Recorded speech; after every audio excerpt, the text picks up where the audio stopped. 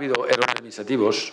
¿Por qué? Porque no se han hecho bien las documentaciones, pero es algo que se hacía en el club, ¿no? Era un protocolo. Lo que sí puedo asegurar es que este protocolo se ha cambiado desde que ha aparecido este tema, que recuerdo que fue básicamente en abril del 2014, pues el protocolo del club lo hemos cambiado y las formas de contratar a jóvenes jugadores se hacen de otra manera. De la FIFA, durante este tiempo de la sanción, nosotros lo que no tendremos será relaciones institucionales con la FIFA, no tendremos, evidentemente, deportivas, por supuesto, nos faltaría, pero institucionales, relaciones durante el tiempo de la sanción no tendremos.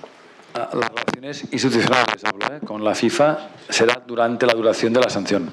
Una vez sacada la sanción, volverán a tener relaciones institucionales con la FIFA.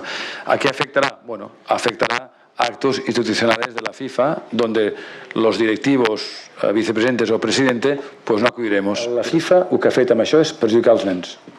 Evidentment, el club també, el Barça, però hi ha uns nens perjudicats. I jo no sé com acabarà aquest tema, però jo preveig que aquest serà el cas Barça en el món del futbol. Això no ha acabat.